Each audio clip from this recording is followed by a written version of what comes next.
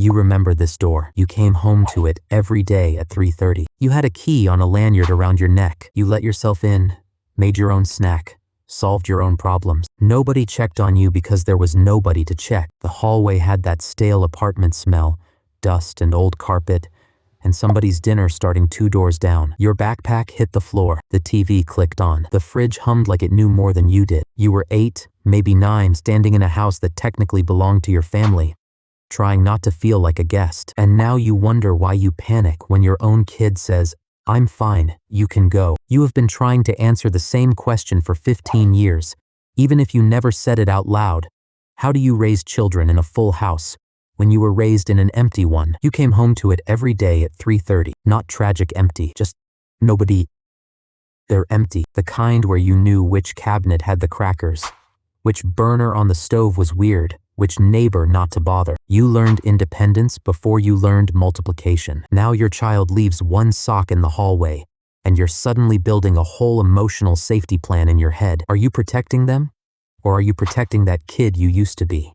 The one pretending silence was freedom. So you did the opposite. Of course you did. You had a key on a lanyard around your neck. Every game, even the ones where your kid mostly watched from the bench, chewing their sleeve. Every conference, sitting in a tiny plastic chair with your knees up too high. Every recital, holding your phone steady while somebody else's toddler screamed 3 rows back. You packed lunches with notes. You texted after practice. You learned the names of their friends, their teachers, their weird YouTubers. You broke the cycle, or at least you tried so hard your chest hurt. But somewhere between the sign-up forms and the birthday parties, you started wondering why being the parent you needed feels like failing the adult you are. Here's the first ugly little flip.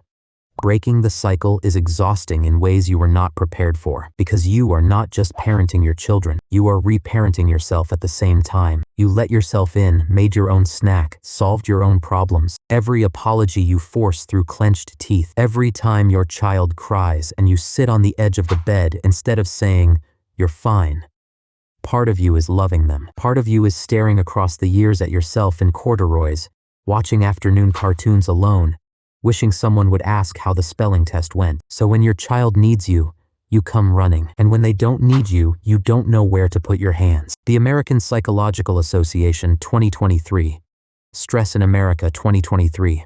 A nation recovering from collective trauma found parents reporting levels of stress that should make your shoulders drop just reading them. And if you're Gen X, squeezed between aging parents, teenagers, bills, menopause, layoffs, and whatever fresh hell is happening in the group chat, you know the math is broken. Kei Nomaguchi and Melissa A. Milky, 2020.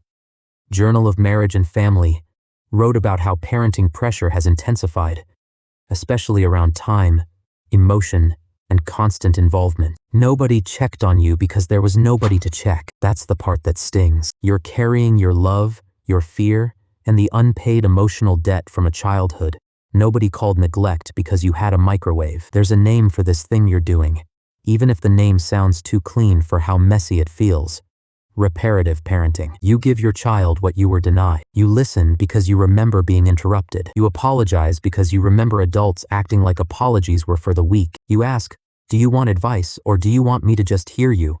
Because nobody gave you that choice when you were 13 and your stomach hurt from holding in every feeling. The hallway had that stale apartment smell, dust and old carpet, and somebody's dinner starting 2 doors down. Nelson, Kostadin Kushlev, Tammy English, Elizabeth W. Dunn, and Sonia Lyubomirsky, 2014. Psychological Bulletin. Found parenting can bring meaning and strain at the same time. Contradiction. You can be healing something and bleeding from it. The hidden cost is that you became so committed to being present that you forgot how to be alone. You say you're busy, and yeah, you are, but be honest for half a second.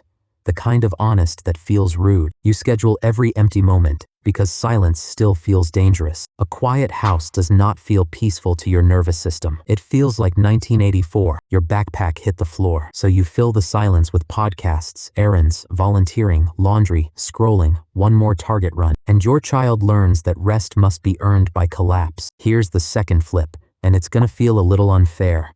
You are not parenting from abundance. You are parenting from the terror of absence. You call it involvement, And sometimes it is, beautifully. But sometimes it is surveillance wearing a soft hoodie. Sometimes it is your old fear pretending to be modern parenting. You track the location. The TV clicked on. You ask 3 times if they're okay, because once was never enough for you. And your kid, who has never known the empty house the way you knew it, experiences your love as pressure. That one hurts, because you wanted them to feel safe, not managed. You wanted to be the open door, not the hallway camera. Then your teenager starts pulling away like teenagers are supposed to do, and your body treats it like an emergency. They close the bedroom door, and suddenly you were hearing that old front door click behind you at 3:30. They answer with one word. You feel stupidly wounded. They say, "You don't have to come," and you hear, "Nobody came for you."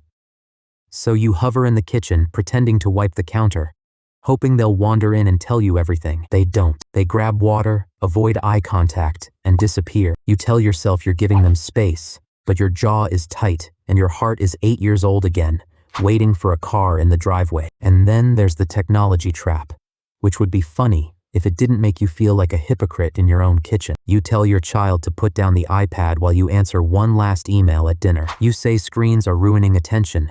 Then you check the school app, the work app, the bank app, the weather app, the message from your sibling about your mother's appointment. Your kid watches you glow blue in the dark like a tiny exhausted ghost. You had 3 channels and boredom so thick you could chew it. They have infinite noise. But maybe the question is not whether screens are worse than silence. Maybe the question is whether you have taught them how to sit with either. Here's the third flip, and maybe the gentlest one.